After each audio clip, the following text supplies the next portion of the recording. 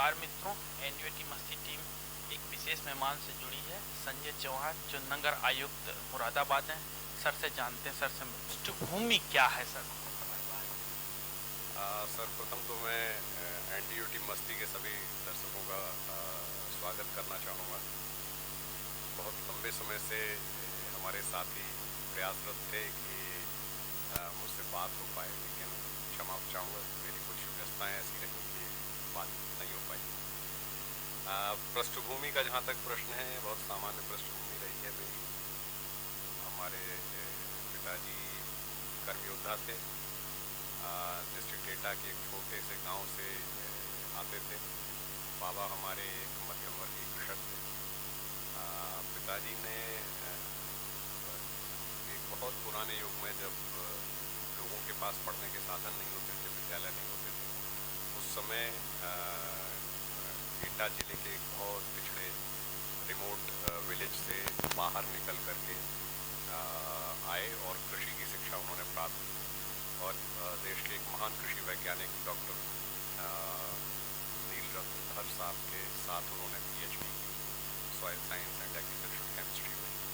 और उसके बाद फिर उनकी अनंत यात्रा कभी रुकी नहीं। अच्छे पदों पर वैज्ञानिक के रूप में, एक प्रोफेसर के रूप में और एक अनुसंधानकर्ता के रूप में उन्होंने बहुत बड़ा योगदान कृषि जगत को दिया। और मेरी आरंभिक शिक्षा दीक्षा उन्हीं के साथ हुई। और बाद में मैंने एनयूटी को अपने ग्रेजुएशन कोर्स के लिए ज्वाइन किया। नरेंद्र विश्वविद्यालय के आप पूर्व छात्र हैं, तो उससे जुड़ी हुई कुछ यादें अगर शेयर करेंगे तो अच्छा रहेगा। बहुत सारी यादें हैं जिनको कुछ शब्दों में समराइज कर पाना प्रोबेबली पॉसिबल नहीं है, लेकिन मैं पहले तो ये बताना चाहूँगा कि मैंने बहुत नैराश्य के माहौल में, निराशा के साथ एनयूटी को ज्वाइन किया था। मैं ईश्वर की कृपा से और अपने पिताजी के कठोर अनुशासन में पले बड़े होने के नाते पढ़ाई में हमेशा अच्छे स्टूडेंट के तौर पे मेरी गिनती होती। तो मैंने हमेशा ये एस्पायर किया था कि मैं डॉक्टर या इंजीनियर बनूंगा, जैसा कि आम परिवारों में होता है। उसी की तैयारियां करते करते कुछ कहते हैं भाग्य से ज़्यादा और समय से पहले कभी कुछ प्राप्त नहीं होता। तो मैंने इंजीनियरिंग के लिए तैयारी करके एग्ज़ाम्स दिए, बट 91 में कुछ हालात ऐसे बने। उस समय एक बहुत बड़ी स्ट्राइक हुई थी पोस्टल डिपार्टमेंट की, पोस्ट एंड टेलीग्राफ डिपार्टमेंट की। तो मैंने कुछ कॉम्पिटिशन्स दिए थे जिनको मैंने क्वालिफाई भी किया, जिसमें MLNR इलाहाबाद एक बहुत प्रेस्टिजियस संस्था थी जिसका एग्ज़ाम मैंने क्वालिफाई कर लिया था। बट वो पोस्टल डिलेज की वजह से काउंसलिंग होने के 1 महीने बाद मुझे वहाँ का सिलेक्शन लेटर प्राप्त हुआ। और वर्ष खराब ना हो जाए, सिर्फ इस नीयत से एनयूटी को मैंने ज्वाइन किया था। और कभी मैंने सोचा नहीं था कि मैं कृषि की शिक्षा प्राप्त करूँगा। तो इस दृष्टिकोण से मैं बहुत निराश था, क्योंकि जिस पद पे चलने का कभी सोचा नहीं, उस पद पे अचानक आपको चलना पड़े तो निराशा होती है। लेकिन मैंने एनयूटी को ज्वाइन इस नीयत से किया था कि मुझे सिर्फ वर्ष बचाना है, साल बचानी है, और मैं नेक्स्ट ईयर फिर इंजीनियरिंग का एग्ज़ाम दूँ। लेकिन शुरुआती 1 वर्ष में जब मैंने कृषि की शिक्षा प्राप्त की, तो मुझे ये महसूस हुआ कि शायद यही वो विषय है जिससे जुड़कर मुझे अपने देश की 80% उस जनसंख्या के लिए काम करने का मौका प्राप्त होगा जो हमारी अर्थव्यवस्था को नियंत्रित करें। और ऐसे लोग जो बहुत बड़े सपने देखे बगैर और बहुत कुछ प्राप्ति का सपना संजोए बिना सिर्फ मेहनत करते हैं और इस देश के लोगों को रोटी देते हैं और बाकी लोगों को आत्मनिर्भर बनाते हैं। शुरुआती 6 माह के फर्स्ट सेमेस्टर में ही मैंने अपनी सोच को पूरी तरह से रिफॉर्म कर लिया था और मैंने त्याग दिया वो सपना कि मुझे ना इंजीनियर बनना है ना डॉक्टर बनना है। मैं जिस फील्ड में आ गया हूँ शायद यही मेरे लिए सबसे अच्छा फील्ड है। साइंस का बैकग्राउंड था, तो नेचुरली मैंने फर्स्ट सेमेस्टर में बहुत अच्छा किया और मेरे ग्रेड्स बहुत अच्छे आ गए। मैंने सेमेस्टर टॉप कर लिया, तो मुझे लगा कि शायद मैं ठीक जगह पर हूँ। और उसके बाद कुछ रुझान मेरा डॉक्टर एम एस स्वामीनाथन के बारे में मैंने पढ़ा। तो हमारे स्वर्गीय पिताजी डॉक्टर एन आर धर के बारे में बताया करते थे कि किस तरीके से ये सभी लोग बहुत सामान्य ग्रामीण पृष्ठभूमि से आए और उन्होंने न सिर्फ भारतवर्ष के बल्कि विश्व के कृषि जगत को और कृषि अनुसंधान को नई दिशाएं दी। सबसे पहली जरूरत आज इंसान की रोटी है।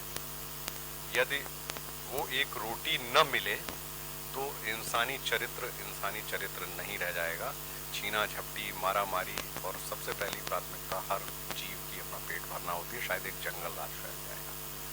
तो कितनी आसानी से लोगों को अच्छी रोटी मिले, इसके लिए प्रयास करना और इसके लिए श्रम करना ये कृषि वैज्ञानिकों का काम रहा है और इस सोच ने मुझे बड़ा प्रभावित किया और मैंने फिर इसे अपना लिया और मैं आज बहुत गर्व के साथ ये कहता हूँ कि मैं कृषि विज्ञान का छात्र रहा। कृषि विज्ञान के आप छात्र हैं, लेकिन सिविल सर्विस में आने का रुझान कैसे हुआ सर? देखिए, कहते हैं कि यदि आप ऊंचाई पर जाना चाहें और आसमान छूना चाहें तो संभावनाएं अनंत हैं, सिर्फ आवश्यकता होती है अपने पंखों को खोलने की।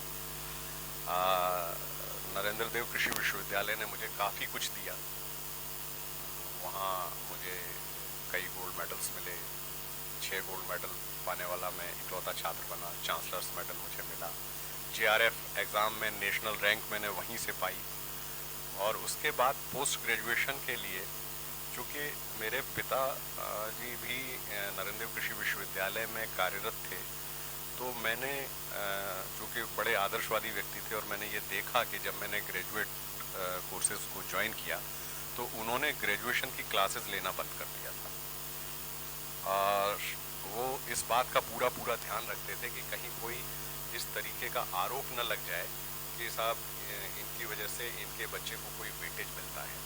और उनका कहना ये था कि नहीं, मैं बतौर शिक्षक मुझे अपने स्टूडेंट्स की आंसर बुक्स भी इवेलुएट करनी होती हैं और उनमें अगर मेरा बेटा भी पढ़ रहा होगा तो निश्चित रूप से ये संभावना बनेगी कि मेरी निष्पक्षता पर लोग संदेह करने लगें। इसलिए उन्होंने, जब तक मैं वहाँ पढ़ा, उन्होंने ग्रेजुएट कोर्सेज में कोई क्लास नहीं ली।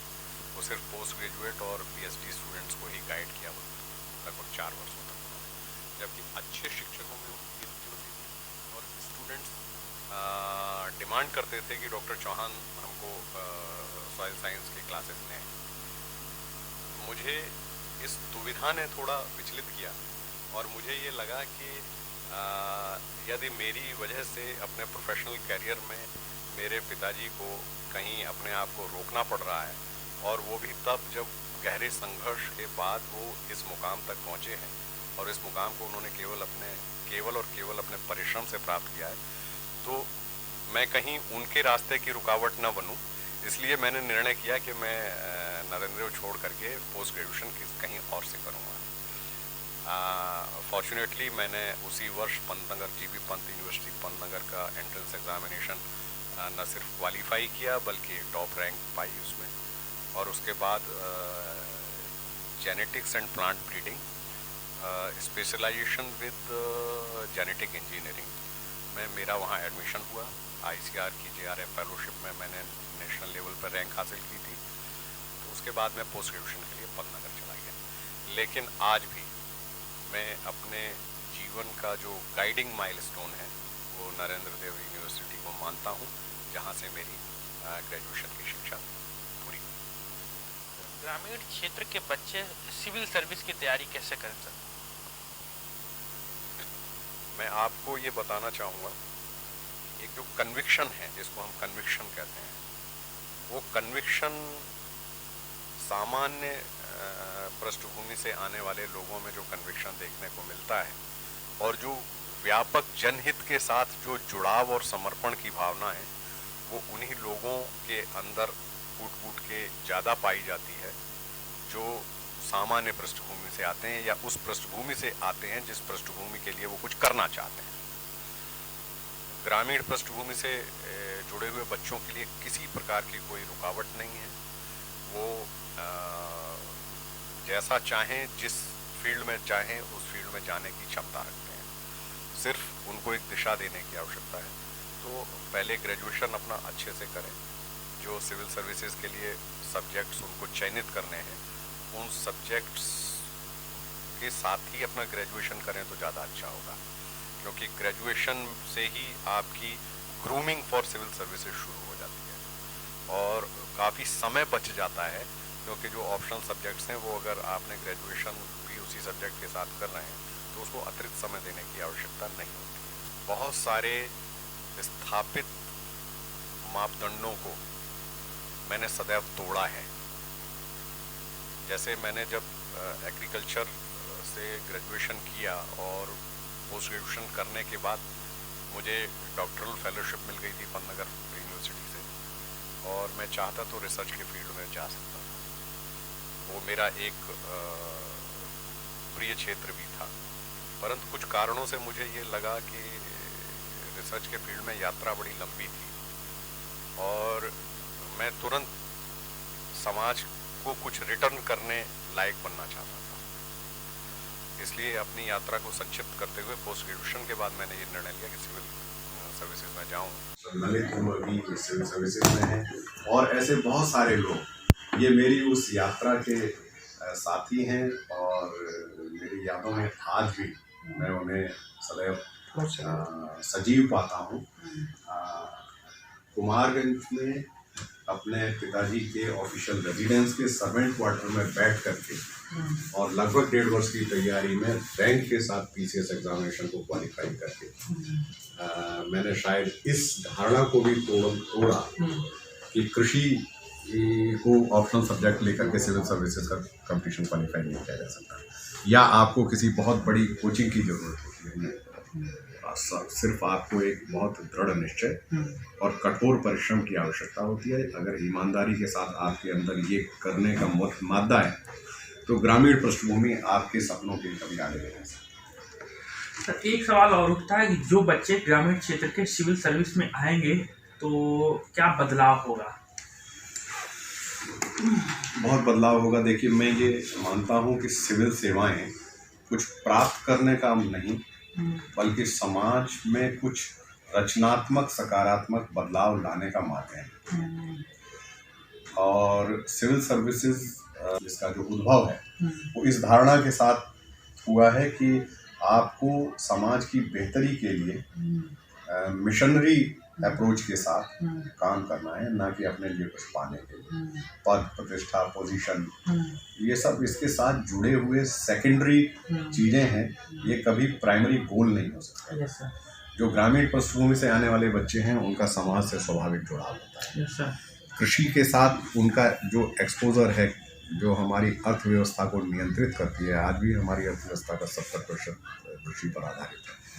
तो बहुत सारी ज़मीनी हकीकतें, ज़मीनी सच्चाइयाँ, इनसे ग्रामीण पृष्ठभूमि से आने वाले बच्चे स्वाभाविक रूप से परिचित होते हैं और वो ज़्यादा बेहतर तरीके से ये समझ सकते हैं कि समाज का जो सर्वहारा वर्ग है, जो लाइन में सबसे पीछे खड़ा हुआ व्यक्ति है, जिसके पास बहुत सारे अवसर नहीं हैं, बहुत सारी संपन्नता नहीं है और बहुत सारे अचीवमेंट्स नहीं हैं, उसके लिए क्या किया जाना आवश्यक है, इसकी जो एक स्वाभाविक समझ है वो ग्रामीण और सामान्य पृष्ठभूमि से आने वाले लोगों में बेहतर होती है, ऐसा मैं समझता हूँ।